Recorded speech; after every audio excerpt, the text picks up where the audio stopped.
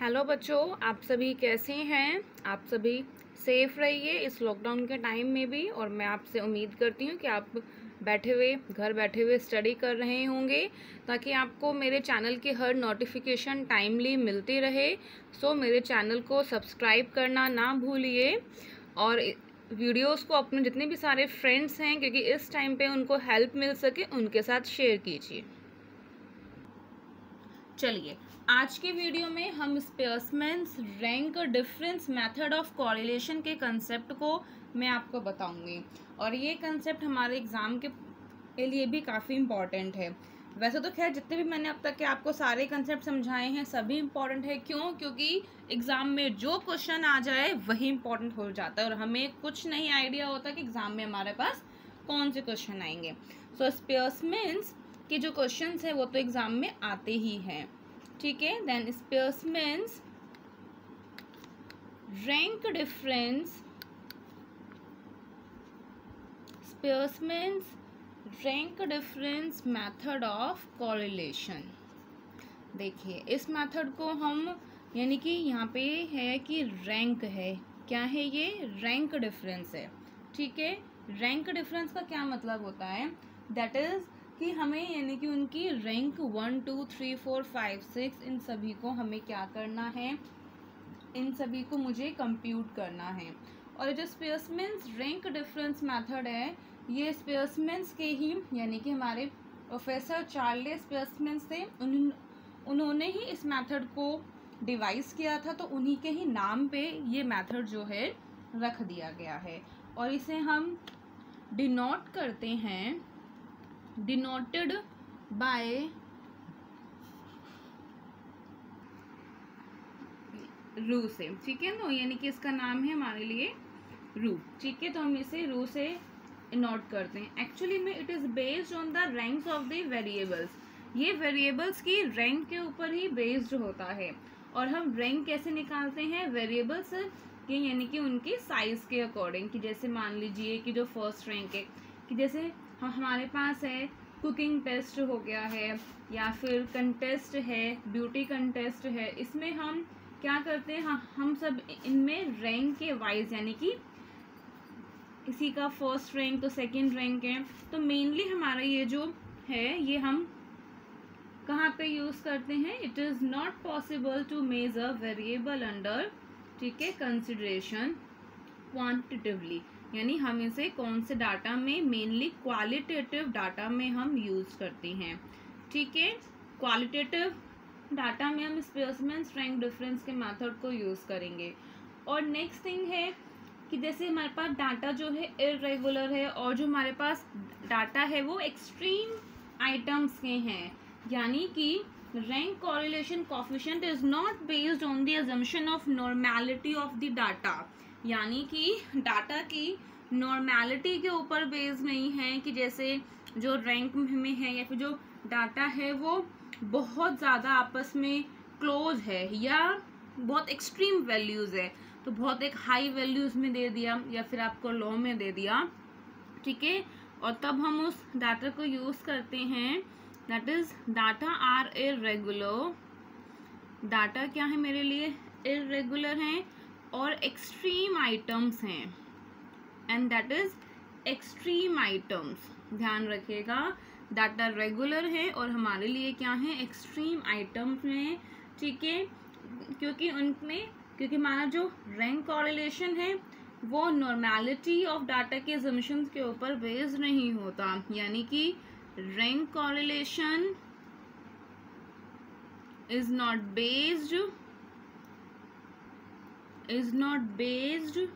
On assumption of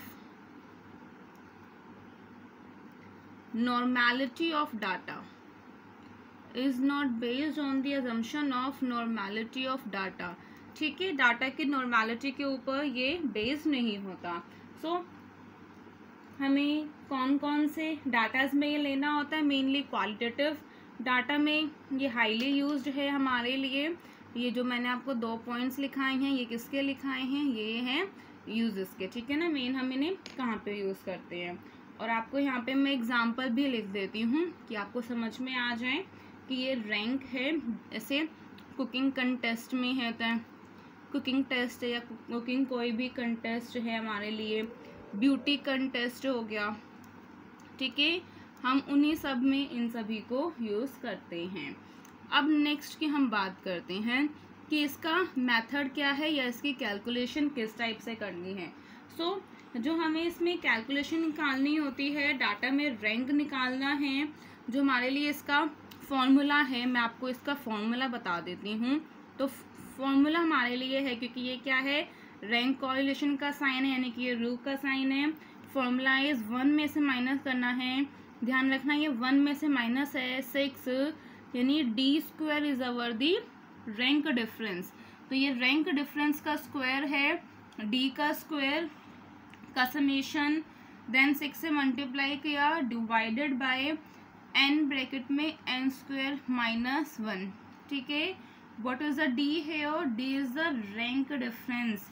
क्या है D यहाँ पे, difference between the paired ranks या फिर रैंक डिफरेंस। अब मैं आपको बताऊंगी स्टेप बाय स्टेप कि हमें रैंक डिफरेंस कैसे निकालनी है एक न्यूमेरिकल के द्वारा। और ये हमारे लिए कोएफिशिएंट ऑफ रैंक कोरिलेशन है, N is our the number of the items, ये सभी आपको पता होगा, ठीक है, एन तो मालूम ही है। देन अगर आपके पास जो वैल्यू ऑफ रो है वो इतनी होगी है +1, तो इसका मतलब होता है कि जिस ऑर्डर में हमने रैंक ली है हम उसे कंप्लीट एग्री करते हैं। The value of the rank correlation coefficient also varies between -1 and 1, यानी कि जो इसकी वैल्यू है किसके बीच में वेरी करती है, यानी बिटवीन -1 एंड +1, -1 और +1 के बीच में ही इसकी वैल्यू लाई करेंगी। अगर रू की वैल्यू क्या है, +1 है, ठीक है, इसका मतलब क्या है, अगर रू की वैल्यू +1 है तो it implies the complete agreement, यानी कि जो हमने रैंक फ्रेम की है हम उससे कंप्लीट क्या है, सहमत है, complete agreement in the orders of the rank, in the orders of the ranks, ठीक है, रैंक्स के ऑर्डर में क्या है, कंप्लीट एग्रीमेंट है। इसका मतलब है कि that is ranks are in the same direction, ठीक है, and ranks will also be in same direction, की जो रैंक है वो सेम डायरेक्शन में ही होगी, यानी कि rank will also be in the same direction. अगर ये आप हमारे पास क्या है, नेगेटिव है, ठीक है, -1 में है, इसका मतलब क्या है कि जो रैंक्स हैं वो हमारे जो हमने ऑर्डर्स को फ्रेम किया है हम उसे नहीं मानते, उसे कंप्लीट डिसएग्रीमेंट को शो करता है। तो शोज द कंप्लीट डिसएग्रीमेंट, मैं आपको इसलिए लिख रही हूँ क्योंकि कुछ बच्चे वीडियो को देख के फिर स्क्रीनशॉट भी लेते हैं तो उन्हें आसानी लगेगी, वो जल्दी एग्ज़ाम के टाइम में वीडियो देख के, और लास्ट जब आपके एग्ज़ाम होंगे तो मेन जो आपने स्क्रीनशॉट्स लिया है उनको जल्दी रिकॉल कर पाओगे एग्ज़ाम से 1 घंटा 1.5 घंटा पहले, ठीक है। So complete disagreement in the orders of the rank, यानी रैंक के ऑर्डर्स में कंप्लीट क्या है, डिसएग्रीमेंट है, यानी कि ranks will be in opposite direction, की जो रैंक है वो हमारे किस में होगा, तो rank will be in opposite direction. तो रैंक हमारी सेम डायरेक्शन में नहीं है, रैंक हमारी अपोजिट डायरेक्शन में है। चलिए अब मैं आपको ये हमें इस मेथड को कैसे अप्लाई करना है न्यूमेरिकल के द्वारा आपको समझा देती हूँ। Find out Spearman's rank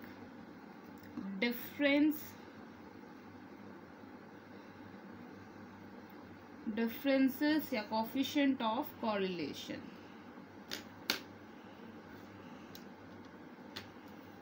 coefficient of correlation, ठीक है।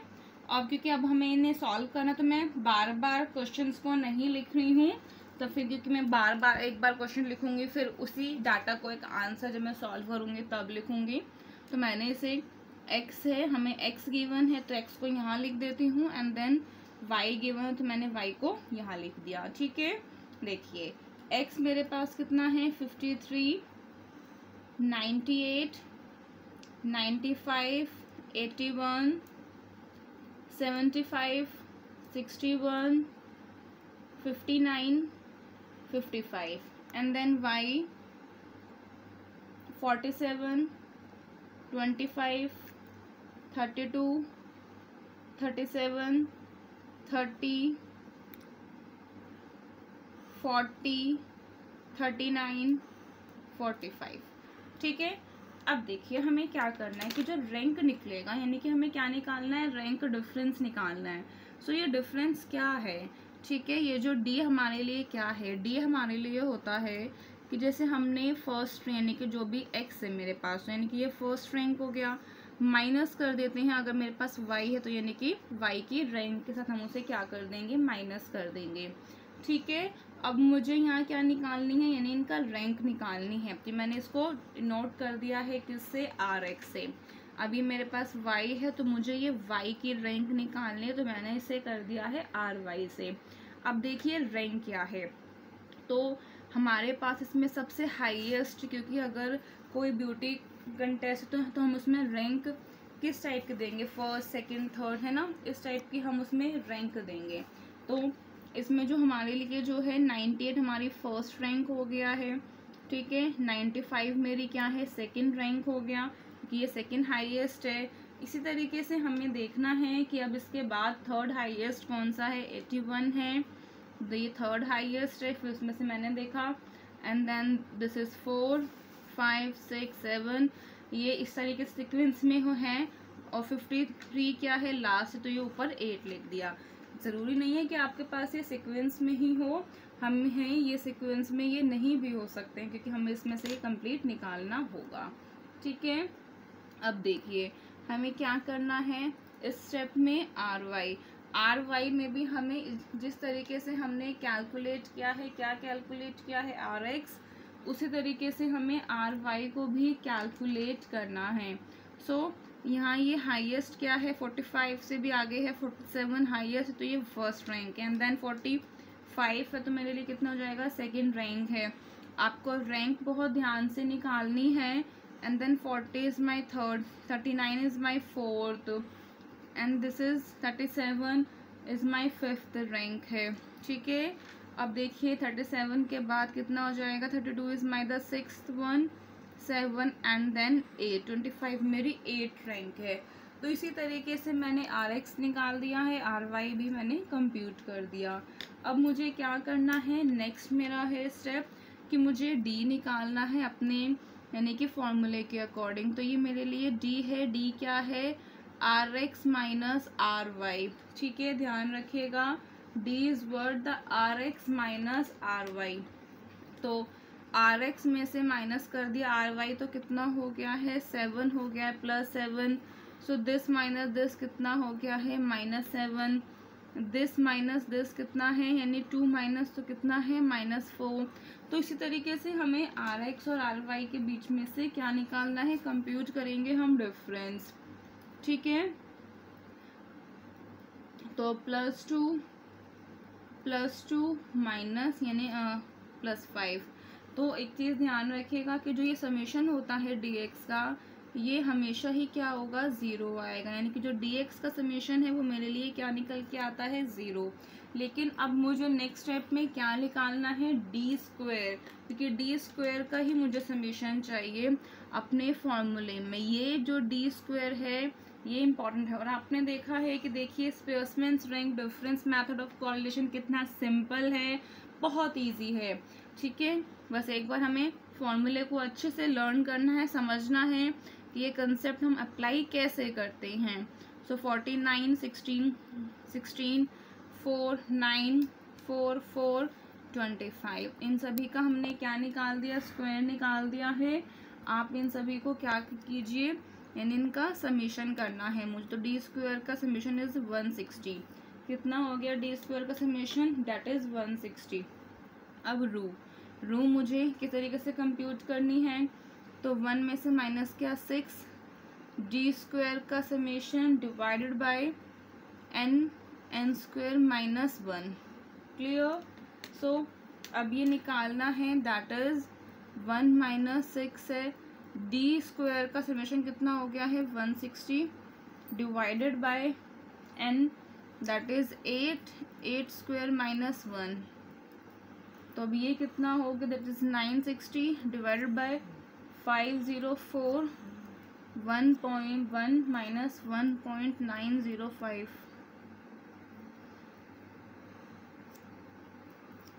कितना हो गया है, -0.905। ठीक है, तो हमारा ये जो आंसर है ये कौन सी फॉर्म में निकला। So hence there is a high degree negative correlation between the x and y। तो हम इस लाइन को लिखना है आपको एग्जाम में, गलती मत कीजिएगा, मैं बार बार आपको रिपीट कर रही हूँ। Hence there is high degree of correlation between x and y। Clear, ठीक है, क्योंकि ये नेगेटिव है तो हमें यहाँ पे वर्ड लगाना है negative. So high degree negative correlation between the x and y। ठीक है, तो हम इस तरीके से रैंक डिफरेंस मेथड से हम कोरिलेशन को कंप्यूट कर सकते हैं। कौन से डाटा में, क्वालिटेटिव डाटा में। नाउ मैं आपको इक्वल रैंक्स का कंसेप्ट बताती हूँ। जैसे हमारे इसमें क्या होता है कि दो रैंक सेम हो गई हैं, ठीक है, यानी कि जो दो बच्चे हैं वो क्लास में क्या आए हैं, फर्स्ट आए, तो हम दोनों को ही फर्स्ट ही रैंक दे देते हैं। पर स्पेसमैन्स ने इस कंसेप्ट को नहीं आगे कंटिन्यू किया, उन्होंने अपना एक अलग कंसेप्ट दिया। उन्होंने कहा कि एक्चुअल में कि जो दो बच्चे हैं वो दो बच्चे हैं, तो उनके जो फर्स्ट और जो सेकंड पोजीशन है वो क्या हो गई, यानी क्योंकि दो बच्चे हैं, पोजीशन भी मेरी कितनी है, 2। अब इन दोनों को मुझे रैंक तो सेम देनी है, लेकिन पोजीशन फर्स्ट ही नहीं देनी। ठीक है, तो उसी केस के लिए हम स्पेसमैन्स इन न्यूमेरिकल के द्वारा मैं आपको समझाऊंगी कि उसने जो कॉमन रैंक है, जो यानी कि जो रैंक तो सेम देनी है, उस कॉमन रैंक को कंप्यूट कैसे किया है। सो इक्वल रैंक्स और केसेस ऑफ टाइज। ठीक है, टाइज का केस है या फिर इक्वल रैंक का केस है। सो मुझे यहाँ पे जो कॉमन रैंक निकालनी है वो कौन से मेथड से कॉमन रैंक निकालनी है, जो फॉर्मूला मैं बता देती हूँ। सो कॉमन रैंक है जो मेरे लिए नॉर्मल रैंक्स हैं। जैसे मैंने आपको कहा कि जो दो बच्चे हैं वो क्या है, फर्स्ट है, यानी कि फर्स्ट और जो सेकंड, यानी कि जो इसमें दो रैंक है। आपको यहाँ पे यही मानना है कि जो दो पोजीशन ऑक्यूपाई की गई है, तो यानी कि फर्स्ट प्लस सेकंड, अब है नंबर ऑफ द रैंक। ठीक है, और जो यहाँ पे नंबर ऑफ रैंक्स कितनी पूल्ड की गई है, तो जैसे हमारे लिए नॉर्मल रैंक्स इतनी हो गई है, नॉर्मल रैंक्स है मेरे लिए फर्स्ट प्लस 2, यानी 1 प्लस हमने क्या कर दिया 2। ठीक है, डिवाइड बाय, क्योंकि 2 ही है यानी कि, तो इससे डिवाइड बाय 2 से कर दें, यानी कि 3 डिवाइड बाय 2 दैट इज 1.5। तो हमने दोनों को सेम रैंक दी, 1 फर्स्ट रैंक नहीं दी, हमने दोनों को 1.5 ही रैंक दी है। क्लियर। सो इस तरीके से हमें कॉमन रैंक निकालनी है। स्पेसमैन्स ने कॉमन रैंक को निकालने के अपने ही मेथड्स बताए हैं और अपने ही कंसेप्ट बताए हैं टाइज के कंसेप्ट में। और फिर जब हमें कॉमन रैंक निकलेगा तो जो रैंक कोरिलेशन है हमारे लिए, उसका जो मेथड है वो उसमें भी चेंजेस आएगा। और आपके एग्जाम में ये जो आपको मैं अब समझा रही हूँ वो इम्पोर्टेंट है। आप देखिएगा कि पेपर में रैंक कोरिलेशन आए हुए हैं क्वेश्चंस। ठीक है, तो क्या करना है, देखो यहाँ तक हमारे लिए सेम है, हमें क्या करना है, दैट इज हाफ यानी m³ माइनस m। ठीक है, ये m क्या होता है हमारे लिए, m है कि मेरे लिए जो है कितने टाइम्स वो रैंक जो है वो रिपीट हो रही है। ठीक है, वो जो यानी कि जो रैंक है वो कितने टाइम सेम है। मान लीजिए कि जो 2 की रैंक सेम है, ठीक है, तो वो 2 हो गया, 3 की है सेम, तो हमारे लिए कितना हो गया 3। हो सकता है कि एक्स सीरीज में भी कोई हमारे लिए क्या हो, सेम इक्वल रैंक्स निकल जाए, वाई सीरीज में भी इक्वल रैंक्स मेरे लिए क्या हो जाए, निकल जाए। तो हम इसीलिए से कंटिन्यू करते हैं। अगर एक्स सीरीज में निकला है तो एक्स सीरीज में भी हम सेम फॉर्मूला लगाएंगे, वाई में निकला तो हम वाई में भी इसे सेम फॉर्मूला लगाएंगे। ध्यान रखना ये एंटायर में डिवाइड नहीं है, सिर्फ इसी के नीचे ही डिवाइड, सिर्फ फॉर्मूला फर्स्ट वाले ऊपर पार्ट में चेंज है, बाकी जो फॉर्मूला है मेथड है वो सब हमारे लिए क्या है, सेम है। और प्लीज रिमेंबर दैट, ठीक है, हमें आप क्या यहाँ पे रिमेंबर करना है कि जब तक हमें क्वेश्चन में मेंशन ना हो कि आपको स्पेसमेंस रैंक कॉरिलेशन से निकालना है, तब तक आप उसको अप्लाई नहीं करेंगे। क्यों? क्योंकि हमें इस मेथड में इक्वल रैंक्स हो या फिर हमें सिंपल रैंक के क्वेश्चन हो, हमें यहाँ पे रैंक्स निकालनी पड़ती है। और ये जो रैंक्स हैं वो हमें यहाँ पे एक्सट्रीम वैल्यूज हमने देखा क्वालिटेटिव डाटा में ही यूज़ होंगी, तो हमें जो क्वेश्चन है वो उसी टाइप से क्या होगा, फ्रेम होगा। सो अब मैं आपको इक्वल रैंक का एक न्यूमेरिकल करके बताती हूँ किस तरीके से हमें क्वेश्चंस को क्या करना है, सॉल्व करना है। सो ये आज की वीडियो का हमारा सेकंड न्यूमेरिकल है, that is calculate rank correlation coefficient, यानी कि मुझे रैंक कोरिलेशन कोएफिशिएंट को कैलकुलेट करना है, ठीक है। And also make adjustment for tied rank, यानी कि जो रैंक है वो सेम हो गई है, जो रैंक मेरी सेम हो गई है उनके लिए मुझे एडजस्टमेंट भी करनी है। तो मैं एक्स और वाई को यहाँ रिपीट दोबारा नहीं लिखती हूँ, यहाँ मैं एक्स लिख देती हूँ, ठीक है। और यहाँ मेरे लिए क्या हो गया है, ये वाई लिख दिया। सो एक्स है दैट इज 48। ध्यान से आप क्वेश्चंस को देखिएगा, हमारे लिए जो है यहाँ पे सेम रैंक रिपीट हो सकती है। देखिए एक्स में क्या 16 दो बार रिपीट है या नहीं, हाँ जी 16 मेरे लिए रिपीट है। और अब मैंने एक बार और 16 लिखा, तो 16 मेरे पास यानी कि जो है वो 3 बार क्या है, 16 रिपीट है, ठीक है। यानी कि जो अब 16 है वो 3 बार रिपीट है। वाई के लिए अब लिखती हूँ दैट इज 13, ठीक है। तो वाई में देखिए मान लीजिए रिपीट क्या हो रहा है, 13 क्या है, रिपीट है। देन 26 6 15 4 29 6 एंड देन 19, ठीक है। तो यानी कि हमें ये एक्स सीरीज गिवन है और हमें ये वाई सीरीज गिवन है। सो हमारे लिए फर्स्ट स्टेप क्या है, हमारे लिए फर्स्ट स्टेप है यानी कि मुझे क्या निकालना है, डी निकालना है। तो डी निकालने के लिए हमें क्या करना है, आर एक्स निकालना पड़ेगा, क्योंकि आर एक्स हमारा तभी कंप्यूट होगा कि जब हम यानी कि इन सभी के रैंक को अरेंज करेंगे। और डी कब कंप्यूट होगा, डी होगा कि जब हम आर एक्स में से माइनस करेंगे आर वाई को, ठीक है। सो यानी हमारे लिए जो हाईएस्ट है इसमें 65 हाईएस्ट है, तो कितना हो गया, ये फर्स्ट है। एंड देन ये मेरे लिए कितना हो गया है, सेकेंड, ठीक है। 48 कितना है, रैंक थर्ड, क्योंकि अब इसके बाद 48 के बाद हाईएस्ट है 40, तो कितना है 4। And then 33 5। अब 33 के बाद कितना है 26 6। अब यानी कि 20 यानी कि मान लिए 24 है 6 रैंक पे, यानी कि हमें अब इसके बाद 16 है, तो यानी कि 16 के लिए हमें करना है यानी कि 7 8 9। तो मैंने अभी 16 की जो रैंक है उसे नहीं लिखा है। क्यों नहीं लिखा, क्योंकि हमें इसे निकालनी है। यहाँ पे ये फर्स्ट, क्योंकि अगर मेरे लिए सेम है तो मैं यहाँ पे इन सभी को 7 7 7 रैंक नहीं दूंगी, क्योंकि एक्चुअल में हम क्या करते हैं कि एक ही क्लास में अगर जो बच्चे फर्स्ट आ गए हैं दो, तो उन्हों के मार्क्स सेम, तो हम दोनों को ही सेम रैंक दे देते हैं। पर स्पेसमेंट्स ने इस फॉर्मूले को नहीं बोला कि हमें उन्हें सेम रैंक देनी है। ये हाईएस्ट यानी कि हमने 6 रैंक तक निकाल लिया है, तो मैं यहाँ पेंसिल से मान लेती हूँ। तो ये हमारे लिए क्या है, 7 रैंक है, 8 है, ये 9 है, ठीक है। क्योंकि हमारे लिए 7 8 9 जो पोजीशन है वो ऑक्यूपाई हो गई है। अब बात आती है इनकी रैंक देने की। तो जो हमें रैंक लेना है ऑब्वियसली कोई भी इनमें से, ठीक है, 8 और 9 रैंक को नहीं लेगा। क्यों नहीं लेगा, कोई भी इनमें से 8 और 9 रैंक को, क्योंकि अगर वो 8 और 9 रैंक को लेगा तो जो फर्स्ट वाला है, ठीक है ना, वो कहेगा, या फिर जो हमारा लास्ट वाला है वो कहेगा कि मैं 7th रैंक को लूंगा, ठीक है। तो इसलिए हमें इन तीनों को सेम रैंक देनी है। पर लेकिन जो पोजीशन है वो ऑलरेडी 7 8 9 के यानी कि ऑक्यूपाई हो गई है। तो अब हमें इसके बाद जो ये 9 है लास्ट, यानी कि इसको मैंने 10 रैंक दी है, ठीक है। अब मुझे यहाँ मैं कंप्यूट करती हूँ इनकी, मुझे रैंक कंप्यूट करनी है यानी कि एक्स सीरीज की।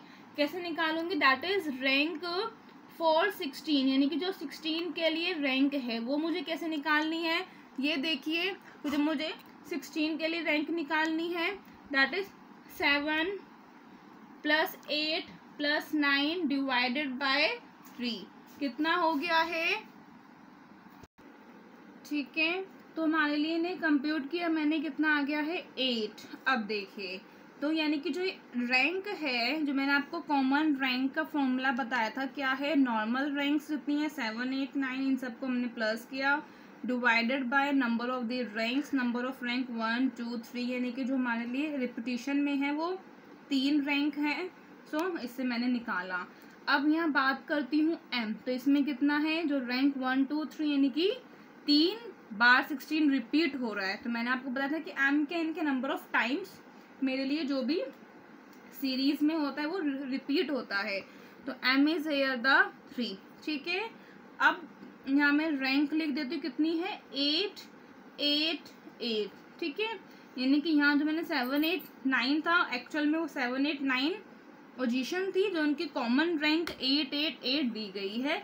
अब यहाँ किसी को भी कोई भी दिक्कत नहीं है। ठीक है, कि चाहे फर्स्ट वाला ले तो वो उसकी भी 8 रैंक है, चाहे आप 24 या 16 ले उसकी भी क्या है, सॉरी 24 की नहीं 16 की भी रैंक क्या है, लास्ट में सेम है। अब हम इसी टाइप से आर वाई भी कंप्यूट करेंगे। आर वाई हमें कंप्यूट करना है कैसे? यानी कि जिस तरीके से आर एक्स को हमने कंप्यूट किया, देखिए 24 मेरे लिए क्या है, यहाँ पे फर्स्ट है। ठीक है, तो यानी कि 24 फर्स्ट हो गया, 20 मेरे लिए क्या हो गया है, यहाँ पे सेकंड है, एंड देन 19 मेरे लिए थर्ड है। आप भी निकालिए, देखिए इसमें कि किस तरीके से हमें करना है। तो 15 4 है।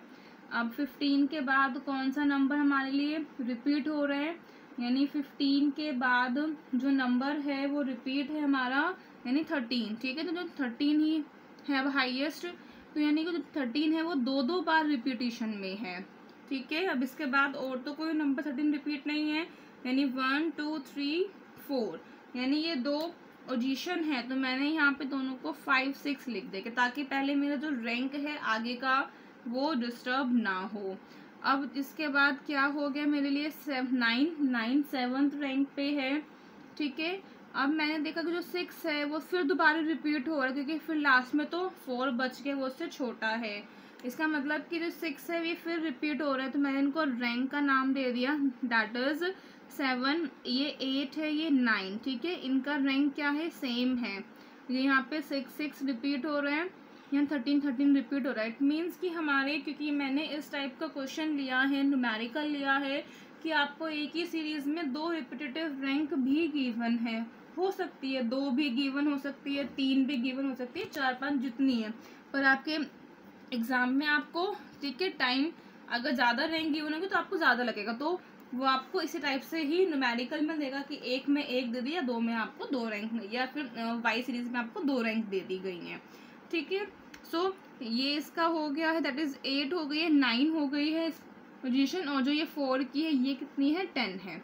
ठीक है, अब मुझे वाई सीरीज में भी क्या कंप्यूट करना है, मुझे वाई सीरीज में भी रैंक निकालनी है। तो रैंक किसकी निकालनी है, रैंक फॉर 13, मुझे वाई सीरीज में 13 की रैंक निकालनी है।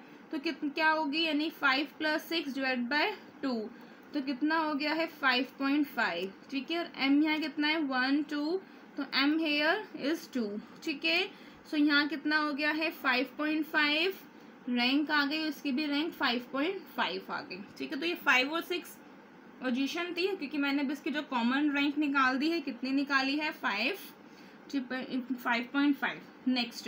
नेक्स्ट मुझे रैंक निकालनी है किसकी, दैट इज रैंक फॉर 6, क्योंकि मेरे पास 6 रिपीट है, और 6 का क्या है 8 और 9, दैट इज 8 + 9 डिवाइड बाय 2, तो 8 + 9 डिवाइड बाय 2। ठीक है, ये कितना आ जाएगा 8.5, तो यानी इनकी भी कॉमन रैंक कितनी आ गई है 8.5। सो यहाँ पे n कितना है 2, क्योंकि यहाँ 2 ही बार रिपीट है। तो आपने देखा m भी बहुत इजी है। एक्चुअल में तो स्पेसमेंट्स का रैंक कॉरिलेशन कोफिशिएंट वास्तव में हमारे लिए बहुत इजी ही कंसेप्ट है, सिर्फ आपको फॉर्मूला है वो ही अच्छे से लर्न करना है, ठीक है। नेक्स्ट मुझे क्या निकालना है, RX माइनस RY, ठीक है। सो इसमें से मुझे ने माइनस करना है, माइनस कीजिए, -2.5 -0.5 एंड देन +3 +1.5 +4 -2 -1 -1 -0.5 -1। और क्या हमने सभी सही है, तो हमें इन सब का समेशन कितना आना चाहिए, 0। इट मीन्स कि इन सभी की रैंक क्या है, वो सही निकाली है। अब हमें फॉर्मूले में डी तो यूज नहीं करना होता, क्या यूज करना है मुझे फॉर्मूले में, D² मुझे फॉर्मूले में यूज करना है। तो इन सभी का स्क्वायर निकालिए, ठीक है। सो माइनस सभी का क्या होगा, नेगेटिव का भी पॉजिटिव ही कंप्यूट होगा।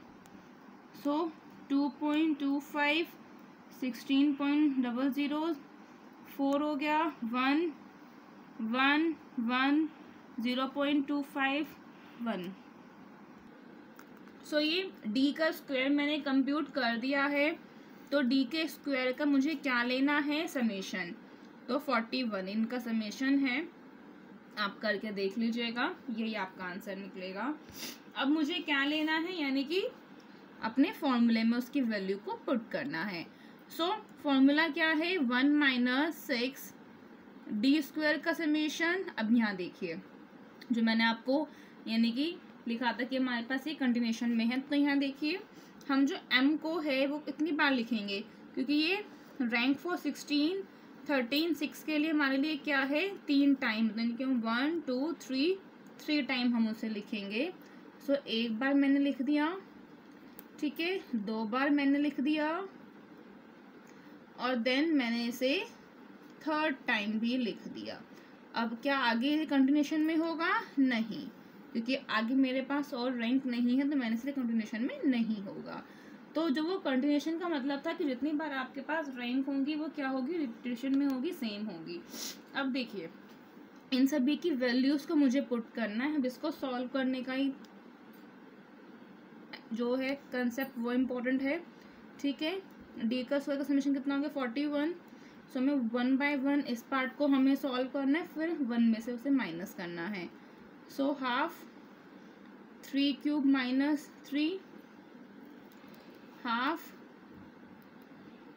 अब यहाँ देखिए यहाँ जो m है वो मेरे लिए 2 है, तो यहाँ पे 2 आएगा, 3 नहीं आएगा। वहाँ ये हमारे लिए कितना आएगा, 2, ठीक है। अब यहाँ पे भी मेरे लिए कितना है, 2 है, तो यहाँ पे भी मेरा 2 का क्यूब आएगा। एंड देन n कितना है, 10, 10 का स्क्वायर -1। अब ये कितना हो गया, दैट इज 2 46, इसका क्यूब 27 -3, 2 का क्यूब 8 -2, एंड देन अगेन 2 का क्यूब 8 -2 डिवाइडेड बाय कितना हो गया है ये, यानी 10 100 -1। अब मैं आपको स्टेप बाय स्टेप समझा रही हूँ इसके सारे, ठीक है। अब इनमें से आप हमसे माइनस कर दो, अब इनको सॉल्व कर दो, तो ये पार्ट आप इसमें से माइनस करना, इसको सॉल्व करना, कितना आ गया है 12, ठीक है, +3 एंड देन इस पार्ट को भी आप सॉल्व कर लो, कितना आ गया 990। क्लियर। अब इन सभी को मैं ऐड कर देती हूँ, 246 आ गया है, डिवाइड बाय 990, यानी अब ध्यान रखना यहाँ एलसीएम नहीं लेना है आपको पहले इस पार्ट को क्या करना है, पॉइंट में निकाल दो। तो दिस इज 0.266, कितना हो गया, प्लस 0.733। अब क्या है, यानी कि ये इसका मतलब कि 75 से कम है, 0.75 से कम है, 0.25 और 0.75 के जो बीच में होता है हम उसे क्या लिखते हैं, तो हेंस देयर इज पॉजिटिव तो है ही, यानी कि मॉडरेट डिग्री है, तो moderate degree positive correlation between x and y, और मैंने आपको 2 टाइप के जो डिस्प्लेसमेंट रैंक कॉरिलेशन में हमारे लिए आते हैं एग्जाम में, ठीक है। लकी होंगे अगर आपके पास सिंपल क्वेश्चन में आ जाए, और इस टाइप के क्वेश्चंस तो ऑब्वियसली ग्रेजुएशन लेवल पे या फिर हमारे मास्टर लेवल पे MBA में भी इस टाइप के क्वेश्चंस ज़्यादा आते हैं। Thanks for your time and please subscribe this channel. Subscribe लिखा है वहाँ पे, आप उसे सब्सक्राइब कर दीजिए और बेल आइकन को प्रेस कीजिए कि ताकि मेरी वीडियोस जो भी आए वो आपको उससे सबसे पहले नोटिफिकेशन मिलती रहे। Thank you.